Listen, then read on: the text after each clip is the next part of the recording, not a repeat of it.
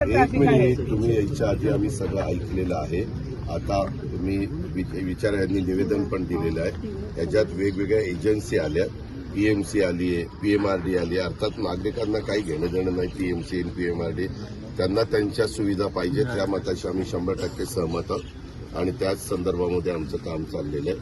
आम्हाला उशीर झाला त्याबद्दल आम्ही दिलगिरी व्यक्त करतो, परंतु आता आम्ही पुन्हा त्याच्यामध्ये अधिक कशी गती देता येईल आणि ह्या कामाला टॉप प्रायोरिटी कशी देता येईल. आम्हाला सगळ्यांना खूप होप्स आहेत, त्याबद्दल काही शंका नाहीये. पण सर, पर्रीकर सर जसे दिवसा कधी फिरायचे तसं तुम्ही कोणीतरी तुम्हीच राहतात. तुम्ही कधीतरी ट्रॅफिकचा टाइम जेव्हा असतं ना तेव्हा कुणीतरी यायला पाहिजे. असं नाही की माहिती नाही असं होऊ शकत नाही.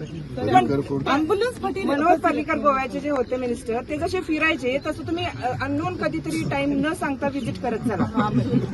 That is the best solution. अशी गरज नाहीये की तुम्ही प्रश्न विचारणार आणि सांगणार. विचारायला आलोच नाही सर, असं आम्हाला म्हणायचं नाहीये. फक्त आम्ही इतकं इरिटेट झालेलं आहे की ते राहायचं की नाही हा प्रश्न पडलेला आहे आम्हाला. एक मिनिट, आता जरा थांबा. हॅलो, मी आणि आम्ही ज्या एरियात आता थांबलेलो आहे तो एरिया पीएमआरडी तर तो आता आपण पीएमसीकडे हँडओव्हर केला पाहिजे. आणि इथं खूप नागरिक मोठ्या प्रमाणात राहायला आलेले आहेत वेगवेगळ्या भागातनं. त्यांना तिथं ज्या ओपन स्पेस मोठ्या मोठ्या बिल्डरनी ज्या सोसायट्या बांधलेल्या आहेत किंवा कन्स्ट्रक्शन केलेलं आहे तिथं त्यांना गार्डन किंवा इतर ज्या काही सुविधा लागतात त्या सुविधा देण्याची गरज आहे. कारण ते पीएमसी आणि पीएमआरडी असं ते त्रांगडं निर्माण झालेलं आहे. केशवनगर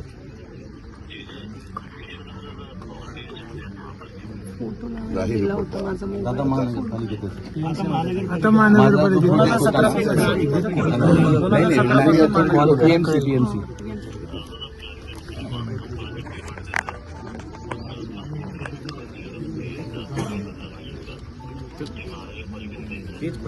नाही, तुम्ही काय होतं, तुम्ही बांधकाम परवानगी देऊन बसताय, बिल्डर बांधकाम करून जातोय आणि नंतर तुम्ही म्हणता आता पीएमसीने सगळ्या गोष्टी पुढच्या कराव्यात.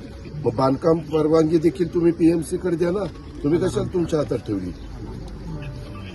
नाही, पूर्वी चूक झाली, दुरुस्त करा.